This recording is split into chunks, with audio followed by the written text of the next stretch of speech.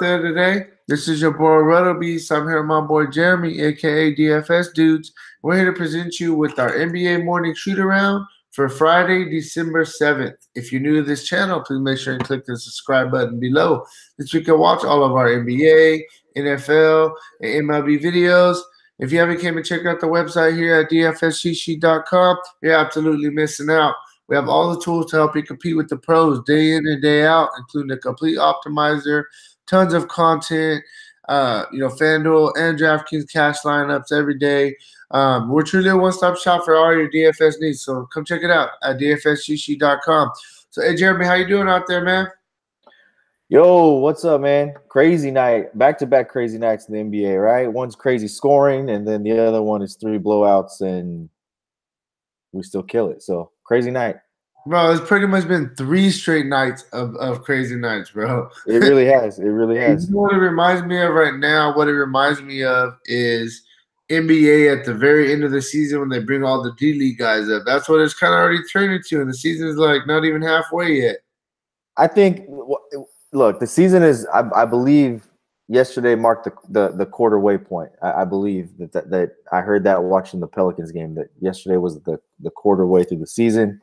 So we got 1 quarter of NBA gone. We're in the last quarter of NFL. Things are flying by. It's almost Christmas. But having said that, we kind of have a feel of who the good teams are and who the bad teams are. And there's a couple of teams that are really good that just haven't been good in the past. And it's kind of weird to look like Houston's terrible and Houston's been really good. They're terrible, man. I've been saying it for a while. They're terrible. They're absolutely Charles Barkley terrible. Yeah, no, for sure. You're not lying about that, man.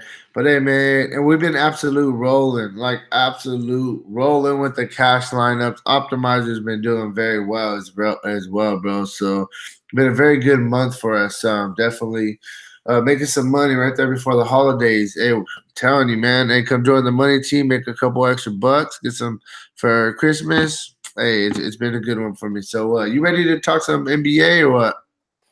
Yeah, so hey, as always, man, if you guys haven't signed up for the site, we are running this promo code all month long. It's a perfect opportunity to check it out. A couple of things that I want to make sure I hit. When we talk about the optimizer, we're not just talking about something that you could just go to, click generate, and get some lineups. This thing is a full-on engulf tool. And when I say tool, it's got all kinds of different ways you can research data and different data points that we display to you to help you actually build out a player pool, to build out a core, and really be interactive with how you build lineups based on a process. Our site is 100% a process-orientated site. So we're not just saying, oh, come use our optimizer. Our optimizer's been on fire. Just go and generate some lineups, and you're going to win some money. I mean, you could do that if you want to try that, but that's not what we set out to do. So come check out the website. Perfect time to do it. Take $20 off your first month. Bonus, the promo code is SIGNUP20, SIGNUP 20. Take $20 off your first month. We're dropping all kinds of tools and content on this site and updating the site on a daily basis. It seems like on an hourly basis right now with all the new features that are coming in. But yeah, man, I'm ready now. Let's get into it. Yeah, man, definitely. So we got a solid 10-game slate. Definitely some injury news on this slate as well. So, I mean, as always, we do this video the night before. So, we do got a lot of injury news. We do got to wait for going into tomorrow. But yeah, hey, real quick, if you guys don't mind, please take that quick second, click the like button for me down below. Helps me out. I really appreciate you guys doing that for me. And yeah, man, let's go. So, we'll get started. First game we're going to go with is going to be Indiana Pacers going into Orlando to face the Magic. This game has a 207 over-under, and Orlando's favored by 1.5 in this one. So real quick, I'm going to get into something that's new in our tool, and that's last 5. So this last 5 is kind of complete now. Not only is it their minutes, their points, rebounds, assists, etc. It's every statistical category that a player achieves points for on FanDuel. And then here is the breakdown of what their average FanDuel output or DraftKings output has been from a fantasy point standpoint over the last 5 games. So as we get into it, you can compare what they've done in their last 5 to where their price is at. And you see Miles Turner at 7,800. He's averaged right at 34.94, just under a 5x price tag. I'm not really interested in Miles Turner in this one at this particular point. Vucevic, like I said, and I've been on Vucevic for a while, he's been playing at a pretty high level. So I'm not really interested in going there. I think you have to go back to the usual cast of characters here. Collison at 6,700. I mean, the guy's averaged 12 real points and 8 assists over his last 5 games and 34.02 Fanduel points at 6,700. This is a very fair price for what he's been producing. And without Victor Oladipo, it's a guy that I really want to take a look at tomorrow as well. Corey Joseph getting 27 minutes a game over his last 5, 7.8 points and 4.6 rebounds with 4 assists to go with that. Right at almost 20 fantasy points per minute. He's almost at the 5X standpoint. He has upside against an Orlando team that's not towards the top with defensive efficiency. And then you can take a look at the guy Tyreke Evans, 25.4 minutes, 10.6, and then the ancillary categories they're really not there. Just under 3 assists and 3 rebounds per game, but only 17.8 Fanduel points is what he's averaged over the last 5. So, for me, I'm sticking with Collison, Corey Joseph. You could take a look at Bogdanovich. He's been playing really well. You're getting a guy at 33 minutes per game, averaging 17 points, and he's 5,100. This may be the best actual play and fairest price play on the Indiana side. So for me, that's kind of where I'm at early on. Yeah, man. And then on the Orlando side of things, I mean, there's just the obvious guys that you look at. 3 guys, all I'm really looking at. Fournier, he's always a GPP play. What pisses me off about him is we played him against Atlanta in our cash line, and the guy busted. He ended up being our drop spot that night. Very next night comes out against Denver, a very good defensive team, and absolutely, just went off. So I definitely think Fournier is in play if you want to play anybody on the Magic. And then you can look at Aaron Gordon. He had a couple really solid games in a row. 7,600, you need about 37, 38 for value. Past 3, he's got you, 30. He's playing 34, 35 minutes, a 39-minute high, getting his minutes. And the same thing with Vooch.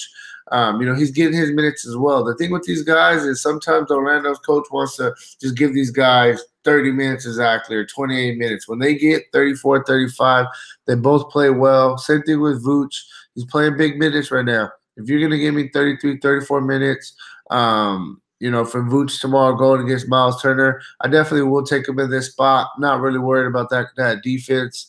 So, yeah, for me, it's the obvious guys at Fournier, Gordon, and Vucevic. Yeah, cool. All right, man. Let's move on. Next game we're going to go to is going to be Denver Nuggets going into Charlotte to face the Hornets. This game has a 218 over-under, and Denver's favored by 1 in this one. Which is kind of surprising that Denver's favored by 1. You have to take a look at their previous game against there was Orlando, I believe, correct? Their previous game, and wonder if that's got something to do with the spread here. But this team, from a defensive standpoint, they're not the same as they've been in years past. This is a really good. They're 4th in total defensive efficiency this season.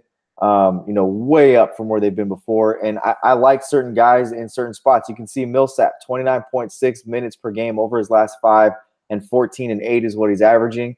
I want to get exposure to Millsap in this spot against a weak front court for Charlotte. I definitely like him. Marvin Williams, we're showing is questionable, but I believe they've already said Marvin Williams is out for up to a week. So I don't really want, I'm not really worried about anything that has to do with their front court. Paul Millsap, to me, is in an elite spot here at $6,400 with the minutes and the run he's getting. A guy like Mason Plumlee, too, at 18 minutes a game at 5,400, averaging almost a double-double. He's 7.8 points, 7 rebounds over his last 5 games. This guy's in a good spot every single night. To me, it's going to, from here on out, when you play him and don't play him, it's going to simply be about 2 things. Is the opportunity for extended run there, and where is his price at? This is a game where I could see the opportunity for some extended run because I think this game may not be as close as what Vegas has it right now. Denver's really good defensively. Will Barton out. Gary Harris looks like he's going to be out. So right off the bat, you got to take a look at guys like Yancho Hernangomez. You got to also take a look at Monte Morris and Malik Beasley and Torrey Craig. All these guys you can see getting upwards of almost over 20 minutes for Morris and Beasley. Torrey Craig, another guy, 3.7 price tag, getting 19.6 minutes here. So there's really good value here. The fact that Gary Harris is out, on top of Will Barton already being out, has to, that's probably, combine that with the Orlando game, probably has something to do with why Vegas thinks this game will be a little bit closer. Gary Harris, a really big piece of why they've been extremely good defensively, but so is Paul Millsap. The last guy you have to mention is Jamal Murray. Really fair price at 7.4. Almost 40 minutes a game right now on 20 real points with 4.8 rebounds and 6.8 assists. 34.36 is what he's averaging from a FanDuel point perspective. So those are the guys I'm on. Jokic's price is back up to the 9,500 mark. I don't think this is a spot to go use him. There's just not a front court that is – they don't have a traditional center there in Charlotte. Willie Hernan-Gomez, Cody Zeller, those guys can run the floor. Not that Jokic can't, but this, to me, this is not a spot to load up Jokic. It's a spot to really load up on Millsap. Yeah, man. And on the Charlotte side of things, I mean, we always talk about it. Kemba Walker at home. We always want to, take a look at him when he's at home. 8,700, price down a little bit. He's definitely cooled down, since his early in the season, he was going absolute crazy. Definitely has really cooled down. I think that this is a spot where he can have a solid game. And, at home, for value, we're going to need about 42, 43. For me, Kemba Walker is strictly GPP. I'm not really gonna look at him. Definitely just GPP upside there. A guy that's been playing very consistent, Jeremy Lamb, 6,600. The guys, he's really been the consistent guy right now. While Kemba Walker's kind of went down a little bit after the early start, Lamb's kind of been the guy that's picked it up a little bit, scoring the ball, playing very, very well. It's always been about minutes with this guy. When he plays minutes, he would really perform, and he's getting 30 minutes a game right now. He's putting up those numbers. Lastly, the most frustrating guy probably in DFS. I always bring this guy up because look, this stat line, 36 minutes, 18, 7, 8. He does this about every 3 weeks to a month. He has one of these games. I don't understand why he doesn't do it more consistently, and he's not. We seen it last year and the previous couple of years. The guy's was doing this regularly, and I don't understand what's going on right now with him. But this is definitely a buy low opportunity at 5.7. He does have this upside. Value for that, you need about 28. Definitely think he can do that if he's going to play the minutes. That's really it for me, man. I think Walker, strictly GPP. Lamb is probably my favorite play of them all. And then you got Batum as a strict GPP as well. I don't even think you can play Batum, bro. I mean, take a look at what the stat line in his last 5. 9 points, 4 rebounds, 2 assists, 20 points in 30 minutes. Yeah, I know. That's 0.50 fantasy points per minute. That is putrid. Yeah. Yeah, I'm not really going to play him, but I just had to throw it out there just because, he does have the upside for sure. Hey, real quick before we move on, did you see what Marv was saying in the chat about Jose Castillo and Luis Valbuena, the baseball player, died in a car accident today? Valbuena did? Yeah. No way. That's what Marv was saying in the chat, and Jose Castillo. I don't know who that is, but I know who Valbuena is. Yeah, Valbuena's with the Angels. Yeah. That's crazy, bro. Yeah. Yeah. Wow. All right, bro. Hey, man, sorry to hear that. Sorry, to the families that lost, those guys and stuff. So, let's move on, man. Next game we're going to go with is going to be Philadelphia 76ers going into Detroit to face the Pistons. This game has a 219.5 over under, and Philadelphia is favored by 2.5 in this one. Yeah, man. So, the first thing that pops out to me is I see guys that are overpriced. I'm looking at the last 5, and I see Embiid at 43.38 at a 10.7 price tag. So he's really at a 4X kind of spot. You see Simmons at 36.4. He's at a 4X spot. You see Jimmy Butler at 8.1 at 37. He's at a 4X spot. So their top 3 guys are in 4X spots. And I know there's a narrative here. I know Joel Embiid and Andre Drummond don't like each other. I know that they got into it last year. I know they got into it again this year. We saw what happened when the last time they played. I think you can, if you want to play the narrative, go ahead. I think it's safe for tournaments. You can load these guys up. The guy that I'm most interested in playing, though, by far is JJ Redick. And I've been saying this on this video. We both have. on this video on a nightly basis when we have Philadelphia to look at, JJ Redick's the guy. I mean, that's the guy you can constantly continue to look at. And as long as his price stays between 5,000 and 5,900, you can load this guy up every single night because he had in tournaments because of his upside. And right now at 25.04 Fanduel points over his last 5 games, playing 28 minutes, he's a solid cash game play tomorrow. A solid cash game play, especially in this spot against a backcourt for Detroit that doesn't have a Reggie Bullock, that has a Reggie Jackson that's not really engaged, as I said. And then, I say that and I say he'll go off. I think the Ish Smith thing had something to do with him playing a lot better against Milwaukee the other night than anything else. But Redick's the guy for me. Redick is the guy you can load up. Wilson Chandler, he's at a 3X over his last few games. McConnell's starting to get some run at 3.9, but the value is not really there. So for me, the guy that I want to look at in this game is JJ Redick. Yeah, man, for sure. I mean, honestly, I just really want to skip Detroit. I mean, the only guy I guess I would even possibly consider would be Blake Griffin. I definitely think that, you could throw Blake in a couple of GPPs. 9,000 is a fair price tag for him. But Drummond going against Embiid, I'm not going to even mess with it. Like you talked about with Reggie Jackson, the guy's just all over the place. Stay away from me. So if you want my honest opinion, I say, Blake Griffin, and you move on. That's really about it.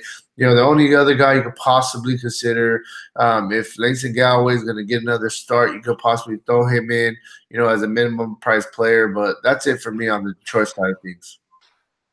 Move on. Cool. Next game we got, it's going to be Toronto going into Brooklyn to face the Nets. This game has a 220.5 over-under. And Vegas has Toronto favored by 9 in this one. I mean, I think there's spots you can play in this game just because Brooklyn's playing everybody really tough. They're not winning games or very many games, but they're playing everybody tough. We saw them; they were absolutely destroying Oklahoma City before Paul George decided to score 25 points in the fourth quarter. So Brooklyn's playing people tough. There's a lot of points that get scored in these games. They got dudes like D'Angelo Russell that are knocking down a lot of shots right now. So I think that you can use pieces in this, and I think there's guys that can reach value. The first guy that comes to my mind, obviously, is Ibaka at 6,600. I know the value hasn't been there over the previous 5 games, but he's been in some matchups where, there's been bigger centers that he's been going against. Philadelphia, he's got Embiid, you got Jokic here. Tristan Thompson been playing at a very high level, and the last time we really didn't see a traditional center was Kevin Looney, who absolutely went nuts against Toronto, and Ibaka has a 25.3, but then he's back with Gasol, Whiteside, and then you see a Washington game where, they don't have a center. They've got the kid Thomas Bryant, and he gets 32.8. So I think this is a really good spot for Ibaka to get back on track. I don't mind the 6.6 price tag. Siakam is a guy that I love on any slate just for his upside in tournaments.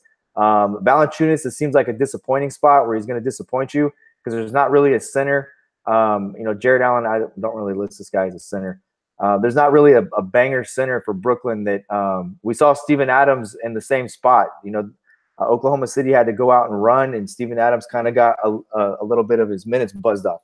So for me, I like Ibaka. I like Siakam. Kyle Lowry at 7.8 seems like the standout buy low opportunity. It just seems really fair. Yeah, the Brooklyn side of things, it's pretty much the same thing with Detroit. I think you can look at Dinwiddie. I think Dinwiddie, coming off the bench, maybe he'll get some garbage time minutes. I think this game's definitely going to turn into a blowout. The guy, he's been playing, close to 30 minutes a game. He has upside. You could possibly play him in a GPP line. Now, D'Angelo Russell, he's had those, moments where he's went just absolute bonkers. But it's really, really hit or miss with him. If you're playing 150 lines, you throw him in one line, and that's it, bro. I don't like the Brooklyn side of things at all. Moving on. Oh, man. Next game we're going to go with is going to be Sacramento Kings going into Cleveland to face the Cavs. This game has a 221 over-under, and Sacramento is favored by 2.5 in this one. I feel like I say this every time I got Sacramento, man. Like, I feel like I'm an honorary Kings fan this year. I love this team, man. They've got good pieces. De'Aaron Fox, Willie Cauley-Stein, Buddy Hield, all playing really well. When Willie Cauley-Stein gets run, he's playing really well. We saw him jump out the other night against Phoenix, and the guy had like 15 points in the first 2 minutes of the game, a steal, a block, a couple of dunks. I like this team a lot. I'll continue to like this team as long as they keep playing where they're at. De'Aaron Fox at 7-7 is a steal on this slate.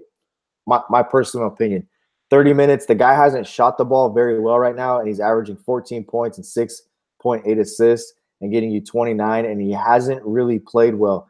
You look at the Phoenix game, and the guy missed like 4 or 5 really easy layups where he got in the lane, penetrated, got to the basket, and just didn't finish. So I like him a lot. Bogdanovic's price is through the roof. Bogdanovich is just too expensive for me at 6.8. I don't think that I want anything to do with that. Bagley with the questionable tag. The good thing about that is it's close enough to lock where we'll know something about Bagley. If Bagley doesn't go, the two guys I love again in this spot are Justin Jackson and Troy Williams. I think Troy Williams has a lot more upside than Justin Jackson does. I should say that Justin Jackson has more upside than Troy Williams does, but I think Troy Williams has a safer floor. If this game gets out of control, Troy Williams will get extended run. So I like those guys a lot. And Iman Shumpert's been playing at a really, there's a little narrative there going back to Cleveland. He's been the veteran leader of this young team. The guy can knock down shots on any given night. He has really, really good tournament upside. He's a really good drop spot play or salary relief play on any slate he's on. Yeah, man. I mean, on the Kings side of things, there's a couple guys I guess you could look at. You got Colin Sexton. He's getting good minutes right now. He's 4,900, fair price tag. You need 25 for value. The guy does have a little bit of upside. I think that this is the guy that you can look at going against a young Kings team. It's all about if he's going to score the ball. If he scores the ball, he usually does, pretty good. I think that I guess he's in play for a couple of GPPs. The guy that I like as shooting guard is actually Alec Burke. He's 4,000. I played him the other night. I'm thinking about him as in this Golden State game, he went like 1 for 8, 1 for 9 for the field. He just had a bad shooting night. But we know this guy can really score the ball. If he's going to get, he got 26, 20, he's looking like he's going to get 25 or 26 minutes. If this game does turn into a blowout against the Kings, he'll get extra run. And we know Alec Burke. This is a guy, he can definitely score the ball. At 4,000, I definitely can see him getting 30 fantasy points, which would be close to 8x. If there's a little bit extra run in there, I like this guy. I definitely think that he's a solid play as a cheap guy just to throw in there. And yeah, man, I mean, Larry Nance's minutes are all over the place. Not really going to look at him. Tristan Thompson's been playing extremely well. I will give it to him. Don't get me wrong. 40 fantasy points or more in 3 straight, 33 in 5 of the past 6. But the thing about it is his price tag is really climbing up there now, 7.8. When he was at 6,000, you definitely would take him all day with his production. But now the price tag is climbing way too high for me for a guy that can't really score the ball, in my opinion. So I just really I think that I like Sexton and I like Alec Burks, and that's really that I'm looking at on the Cleveland side of things, man. Cool. All right, man. Next game we're going to go to is Memphis going into New Orleans to face the Pelicans. This has a 217.5 over under, and Vegas has New Orleans favored by 4.5 in this one. So a couple of things that stick out to me right here is the fantasy points per minute perspective. And you look at, Marc Gasol, for me, kind of a qualifying thing on a daily basis and something that I think everybody should look at when they're going to figure out who they're plugging into their lineups is fantasy points per minute. If it's under 1, it's kind of a spot you want to stay away from because that's a good way to determine value, right? So you start looking around at these Memphis guys, and they've got a lot of guys that are at a 1.0 or higher fantasy point per minute production. You look at Mike Conley, 36.8 minutes, is getting 44.12 fantasy points. He's over 1. 38.8 minutes for Gasol, 37.96. He's right at 1. 26.8, 28.9 for Jaren Jackson. He's over 1. Those 3 guys are playing extremely well, and then you could throw JaMychal Green in the mix at 5,200 for a power forward 2 spot. We know bigger guys do fairly well against New Orleans just for some reason. It's just kind of the way their rotation works out. You definitely want to use starters like a Jaren Jackson at the power forward position But there's also opportunity depending on what's going on with Mirotic. Anthony Davis, a game time decision, tweaked the ankle. So there's a lot going on the Pelican side before you can really figure out how you want to attack this. But I have no problem with Conley, Gasol, Jaren Jackson, even Kyle Anderson, and JaMychal Green. I know you're not big on Memphis, but Memphis is one of those teams where I was talking about in the beginning of the video, we're a quarter of the way through the season, and some of these teams that are not sexy, they're playing really well right now, and some of the sexy teams are playing like absolute trash, Houston being one of them on the trash side, and a Memphis team playing at a really good pace right now as one of the ugly teams playing sexy. Bro, why do I just feel like every single team I'm getting is just not exciting to talk about? Jesus, man. I mean, dude, Julius Randle at 7.8 with if Mirotic happens to hold on, man. out, Hold on. You gotta like that. You gotta like that. We gotta wait and see. The problem is we have to wait all day and see what's going on. You know what I mean? There's no real judgment to really even say right now. So, I mean, we could just what we'll do is we'll play it like this. We'll say Anthony Davis is out. If Anthony Davis is out, then you know that's the only way I'm paying 9.4 for Jrue Holiday. He'll get massive usage if Anthony Davis is out. They'll really rely on him to score. I really will like Holiday, and I really will like Randall. Those I think will be the two guys that really get an uptick. And then Mirotic, he was sick. I expect him to come back. Every single time Davis is out, I honestly play this guy Mirotic. You play those three guys when Davis is out. It's been like that since the very beginning of the season. We've done it 3 or 4 times right now. I think you definitely go right back to the well. And so you look at Holiday, Mirotic, Randall, and you even look at Etuan Moore. I think that he's going to start kind of getting back, in his rhythm and getting his minutes back up. Before he got hurt, this guy was playing, 35 minutes a game. So, 4,800 fair price tag for him. But I'm going to play as Anthony Davis is out, and I'm going to look at Holiday, Mirotic, and Randall. Cool? Yeah. That just reminded me, that's where the original bet started, with Mirotic and Etuan Moore against Washington. I took Etuan Moore and you took Mirotic. You did get me tonight. I'll put that out there. You did get me tonight. All right, man. So hey, I'm ready to move on, bro. Let's move on to the next game. We're gonna move on to is gonna be Oklahoma City Thunder going into Chicago to face the Bulls. This game has a 215.5 over under, and OKC is favored by 8.5 in this one. Again, we're looking at fantasy points per minute, right? Last 5. So Russell Westbrook at 11.3, I think is still really cheap. The Bulls starting to get healthy a little bit. Their rotation starting to come back a little bit. Bobby Portis are looking for him to play tomorrow. They bring him back into it. They've already brought Markkanen back. Their rotation starting to fill out. Justin Holiday, he's been playing really good this season, right? So I think the Bulls can keep this close. I think that this can be a game kind of like the Brooklyn game was. I definitely think that Oklahoma City can come in and just smash them. But the problem with Oklahoma City is their rotation is very short. They don't have a deep bench, right? So you can play these guys because a lot of these guys are going to get their minutes. And the thing I love to look at is you see Westbrook at 11.3 playing 35 minutes and getting 50. He's averaging 50. So he's way over a point per minute right now. And then you look at Paul George, a little bit inflated, obviously, with the 73-point game against Brooklyn, but 31 minutes, 25 points. 44 fantasy points. He's way over the production of one fantasy point per minute. And then the guy Schroeder, man, 5.7 price tag. He's going to get some run. He's played really well against the Bulls in the past. Going back to the days when he was with Atlanta, averaging 23 fantasy points over his last 5 games. I think the upside is there. You could load him up into tournaments as well.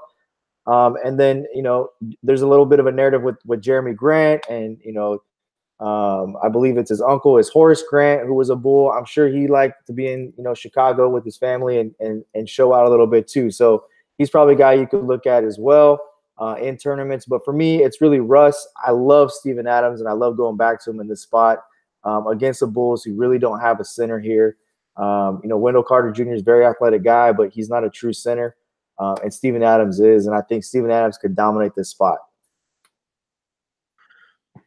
Yeah, man. And on the Chicago side of things, I think there's only one guy you could play for Chicago. Or actually, no, there's 2 guys you could play confidently. Levine and Markkanen First, you got Markin, came back, jumped into the starting lineup for the first time of the season. He's right back to his old things, hitting threes, getting double-digit rebounds, playing some solid defense, 37 fantasy points, 6.7 fair price tag for him. They're going to need some scoring. This guy definitely can score the ball. We know that. And they like playing him minutes. And then you look at Zach LaVine, 8,300. His usage is still through the roof. It's all about scoring with him. When he scores the ball, he plays well. When his shot's not going down, he kind of has the night. He is getting a ton of assists right now. So one thing I do want to know, and the reason I say I'm not touching anybody else on the Bulls is you got Chris Dunn possibly coming back tomorrow. He'll jump right back in the starting lineup. He may be on a minutes limit, but he's a heavy usage guy as well. So he'll take some usage away from LaVine when they're in there together. We got Bobby Portis coming back. That he's going to buy into some minutes of Jabari Parker. He's completely out of play. So for me, and then also he's going to take some of Wendell Carter's minutes as well. So, I mean, it's LaVine and it's marketing for me, and that's it, man. Pushing. Cool. Next game. Oh, shit. We got the rematch we just had last night. You got Los Angeles Lakers going into San Antonio to face the Spurs. This game has a 226 over-under, and San Antonio's favored by 1 in this one. So there's guys in this spot that I'm going to continue to load up. I'd like to see what the news is on Brandon Ingram. I don't see anything yet that we've got that came through, but he only played 5 minutes and left with an ankle injury. There's got to be an update sometime early tomorrow after their shoot around on what's going on with him. But look, I liked Lonzo Ball going in yesterday. I played Lonzo Ball yesterday. Lonzo Ball had a decent game. It wasn't anything that was sexy, but 35.3 is when I say that, it's what the guy should do, kind of day in and day out is what Lonzo Ball should do in this spot. He's getting set up. The guy has the skill set to help set other people up. He plays well against San Antonio. So I like Ball at 6.7. I think he'll be off the radar for sure in tournaments. Kyle Kuzma, no thank you at 7-1. I don't think there's enough at 7-1 for Kuzma to win you a tournament, and that's why I don't think I'm going to look there. But LeBron at 11, I like it. I like it again. He plays well against. There's you could see it the other night. There's LeBron, there's Kuzma, there's Ball and Ingram, and then there's Rudy Gay, Aldridge, and DeMar DeRozan, and the guys kind of they go at each other. This is a real good competition between this set of players and these two teams. The Spurs are not good. The Lakers are not good defensively. So I think that there's a lot of good stuff you can get out of this game. You have to continue to look at Caldwell Pope if he's going to continue to play 20-plus minutes at 3.7 because the guy can knock down shots. And if he gets hot, they'll ride that wave. They're looking for anybody right now. The Lakers are to knock down shots. They even had this guy I can't say his name. But they had this rookie trying to knock down shots the other night. At one point, LeBron, after he missed the fourth one, kind of looked at Luke Walton like, get this kid out. Like, he can't make shots. But that's kind of who the Lakers are. So I think you can play LeBron, Kuzma, Lonzo, see what's going on with Ingram and where that opens up value at. If he doesn't play, you'd have to go to Josh Hart at 3.6, I believe, or Pope at 3.7. They become really good value plays without Ingram.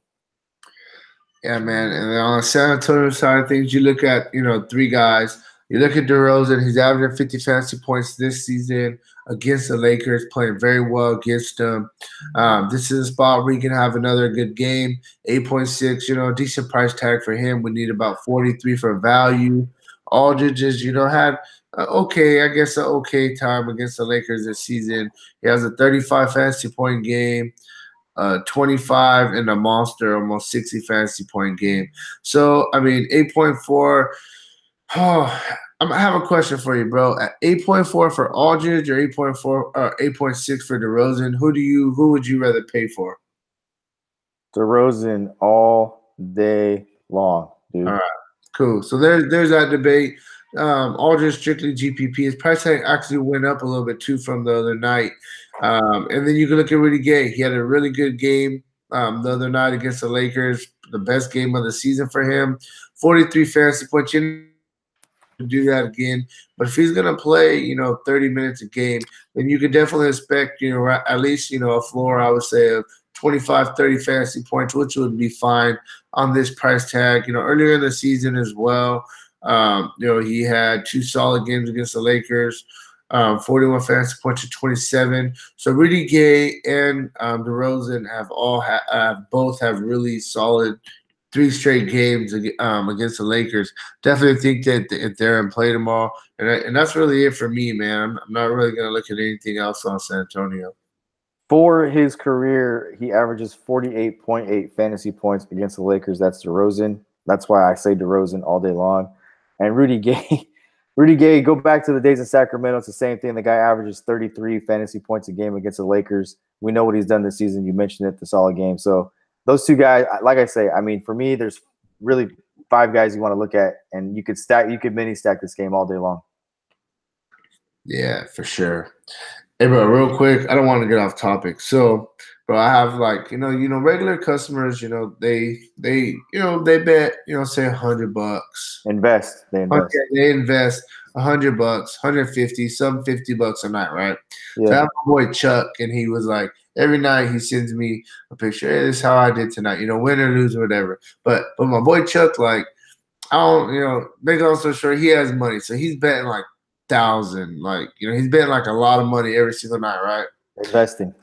And yeah, so anyways, this dude freaking I was asking him, I was like, how much have you made so far to this NBA season so far? He told me he's probably made like 50 grand so far this season, bro. And we're like barely a third of the way through it. I was like, that's good for you, my boy. Hey, we've been on fire, man, for sure.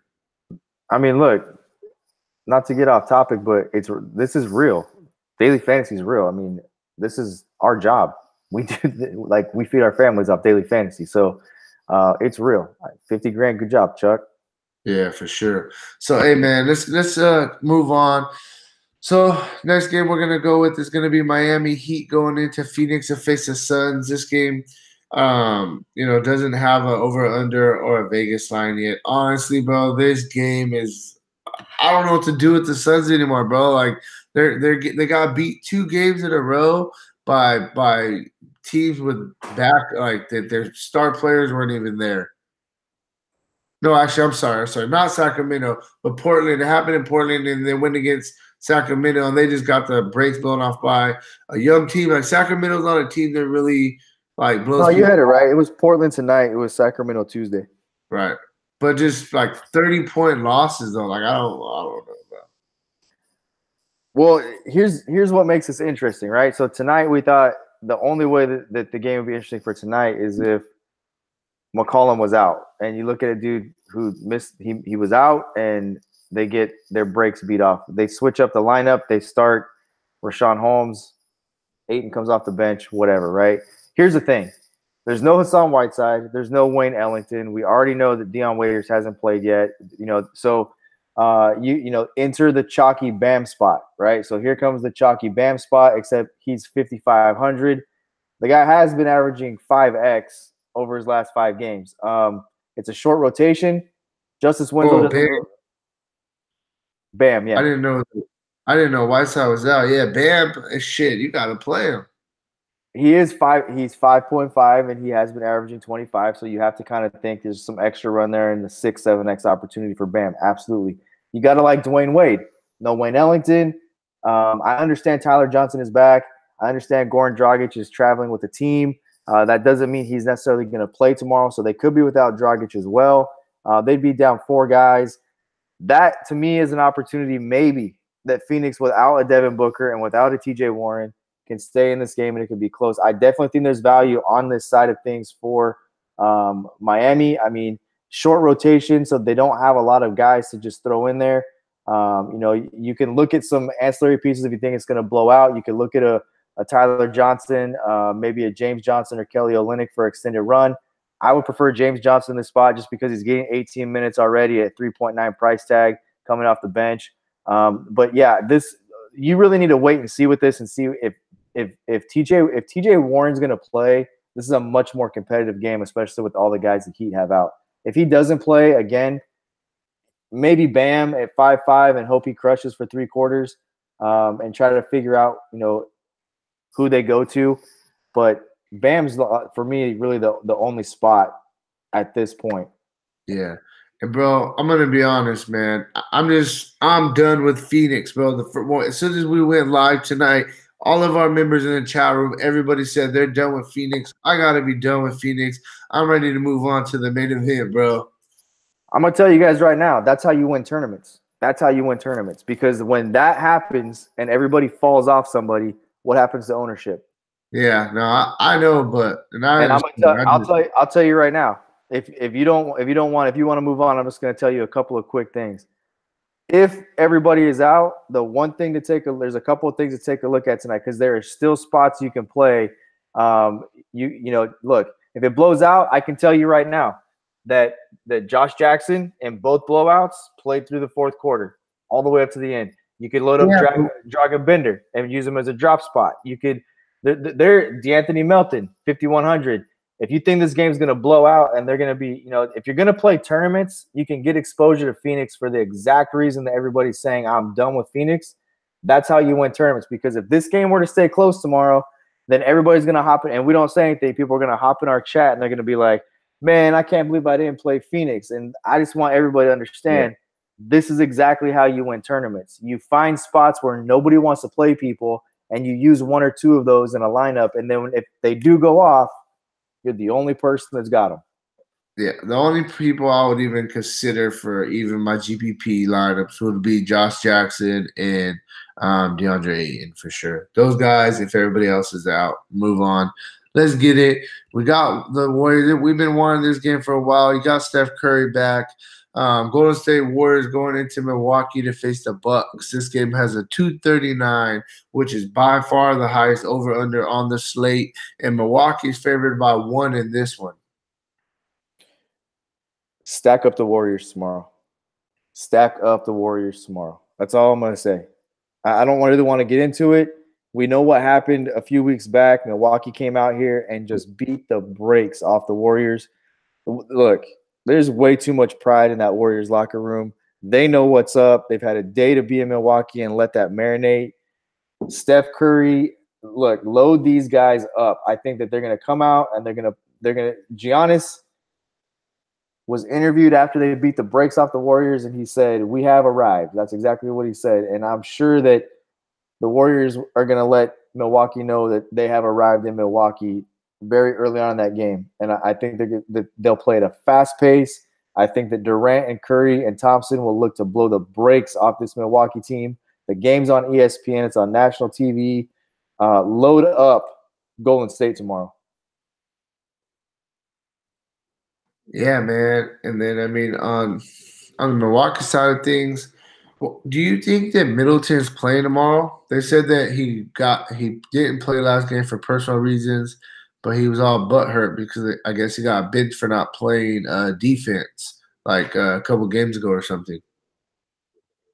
I personally think they may move Middleton, to be honest with you. I think they might move him because he doesn't really fit here. So I don't know if he plays or doesn't play. When I see guys – when I see a situation like that and a guy sits for personal reasons, I kind of think like the trade deadline of baseball when, a guy's sitting on a bench waiting to get traded. Yeah, that makes sense. It makes sense. I get you. That's kind of what I think. So I'm going to approach it. We'll say he doesn't play. If he doesn't play, I'm going to go right back to the well with Bledsoe. Played him last game. If Middleton's out, Bledsoe has a lot more of a workload that he has to pick up because Middleton, he scores like 18 points a game.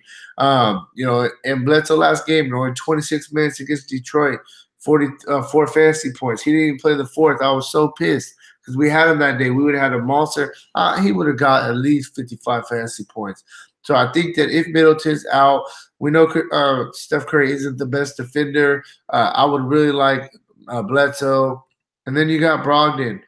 There's more shots to go around. This guy can really shoot the ball. Last game, everybody's minutes got buzzed off due to the blowout. But, he's a guy that you could definitely look at as well. And then you go to Giannis. 12.2 going against the Warriors. I mean, this guy, he always plays very good against the Warriors. Last game, there was a blowout. We know that. But he got 47 fantasy points in 26 minutes. I think Giannis is a really, really, really, really good play tomorrow. on this slate. So I have a question for you. So would you rather that? Okay, so real quick, sorry, that is all that I have for Milwaukee. I like Giannis, I like Bledsoe a lot, and then I definitely think that you can look at Brogdon. So would you rather go with Giannis at 12.2 or save 1,600 and go with Kevin Durant tomorrow?